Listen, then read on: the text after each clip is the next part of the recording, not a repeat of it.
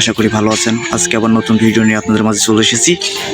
আজকে দেখানোর চেষ্টা করব যে আমরা আমাদের আরসিবি নামে একটি সংগঠন আছে, যে আরসিবি সংগঠনের পক্ষ থেকে একটি রাস্তা সংস্কারের কাজ করব। আমার নিজস্ব অধ্যয়নে আমরা ভাটা থেকে কিছু ইট কিনছি, সেইটা দিয়ে আমরা একটি রাস্তা সংস্কার করব।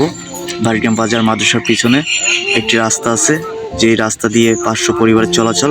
সেই স্থানটা বৃষ্টি হলে বর্ষাকালে চলাচলের অযোগ্য হয়ে যায়, যেখানে কেউই চলতে পারে না। আমাদের সার্বিক সহযোগিতা আছে, রনি আছে, শিপন আছে, আমি আছি, সব সাকিব, সজীব, ইকবল, ফাহিম সবাই আছে, কাদের আছে, সবাই কাজ করছে, মনোযোগ সহকারে কাজ করছে। যে ভাট দেখানোর চেষ্টা করছি, ভাটা থেকে আমরা ইট নিয়ে এখন আমরা রওনা দিব, বাড়িগ্রাম বাজারের দিকে রওনা দিব। মাদ্রাসার পিছনে যায় আমরা ইটগুলো রাস্তার উপর দিয়ে, যেখানে এই যে বন্ধুরা দেখুন আমাদের গাড়ি চলে এসেছে, আমাদের গাড়ি পৌঁছে গেছে।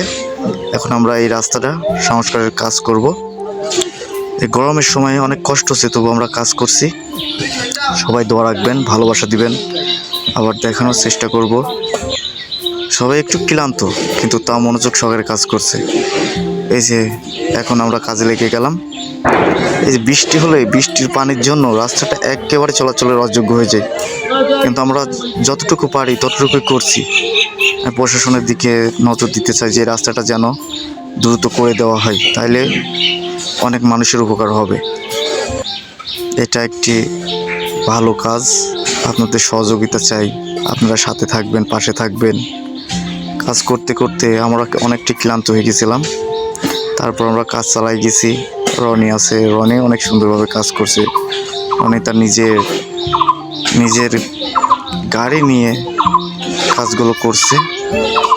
সবাই পাশাপাশি সবাই ভালো কাজ করছে, কেউ কোনো কিছু থেকে কম কিছু করছে না, সবাই ভালো কাজ করছে। সবার জন্য দোয়া রাখবেন। আমরা কাজ করছি, এই রাস্তাটা কাজ শেষে দেখাই দেবো কত সুন্দরভাবে আমরা কাজটা করে দিই। সবাই সাথে থাকবেন। কাজ করতে করতে আমরা দেখলাম পাশে একটি নারকেল গাছ থেকে একটি ডাবও পেড়ে খেলাম। আমরা মিস করছি আমাদের আরসিবি সকল ভাই ব্রাদার, সবাইকে মিস করছি। আপনারা যারা থাকতে পারেন নাই, পরবর্তীতে আমাদের কাজে অংশগ্রহণ করবেন। অংশগ্রহণ করলে ভালো হবে, লোকজন সবাই ভালো বলবে। আশা করি আজকের ভিডিওটা এই পর্যন্তই। সবাই ভালো থাকবেন বন্ধুরা, ধন্যবাদ সবাইকে।